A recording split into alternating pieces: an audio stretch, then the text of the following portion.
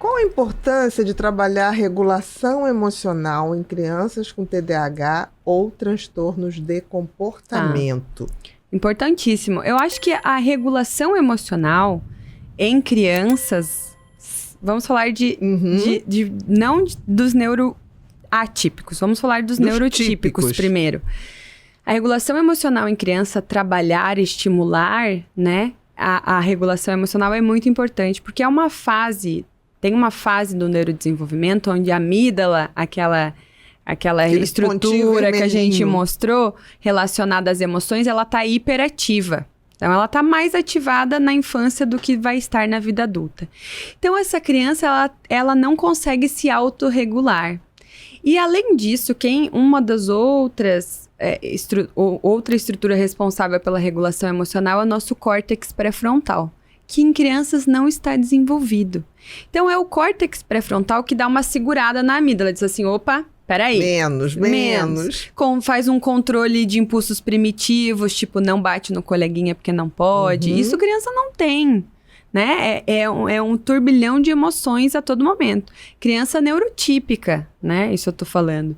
Então, nas neuroatípicas, isso tem que ser mais trabalhado ainda, né? Quando a gente fala tanto do TDAH, mas eu acho que mais ainda no autismo. Autismo, no transtorno opositor desafiador, TOD. Então, assim, as crianças, essas crianças neurodiversas, elas precisam elas próprias mesmo fazem, né? No autismo tem através das estereotipias, né?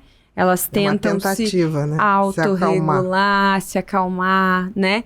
Então, assim, trabalhar isso, intervenção precoce é a primeira coisa de terapias. Por isso que o diagnóstico precoce é muito importante. Muito. Né? A gente não canso de bater nessa tecla, porque a partir daí você consegue fazer uma intervenção muito mais eficiente, né? Pegar um cérebro muito mais plástico, que é muito mais fácil de ser regulado, de ser trabalhado, de ser estimulado. Sim, abrir uma trilha, né? Então, é essencial, não só nos transtornos, né? É interessante que a gente vê pais e mães em shopping, em aeroporto, a gente vê muito isso. A criança começa a desregular e ela, em vez de ajudar a regulação, ou ele, fica assim, não vou mais falar com você. E não sei, aí começa a se desregular. Sim, o adulto. Então, assim, quem é o adulto da situação? Exatamente. Porque você, no momento, tem uma hora, você tem que acolher aquela desregulação. E quem tem o córtex pré-frontal já maturado? É o adulto, né? Então, a gente tem que servir como mediador e servir, ter um papel desse córtex, ajudar essa criança, sabe?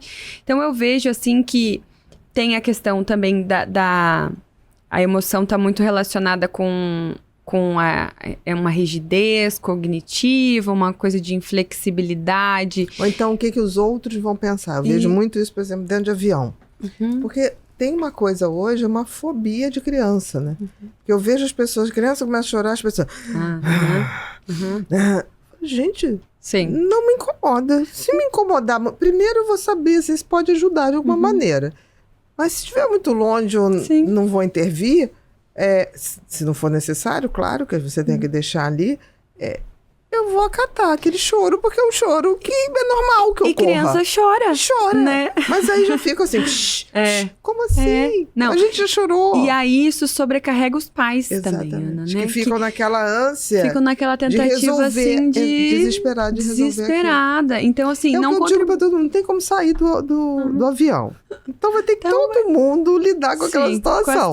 Ou então pede pra sair, como? E a gente, é bem, eu acho que essa é a definição, assim, quem são os adultos dessa relação, né? Então, assim, os adultos a quem cabe esse acolhimento, né? E acolher essas emoções da criança, né? Entender que é um processo, que todo mundo foi criança, né? Então, assim, muita paciência, né? E muito estímulo. Eu acho que, assim, regulação emocional pode ser trabalhada e deve ser trabalhada desde pequenininho. Desde a infância, da primeira infância. Perfeito.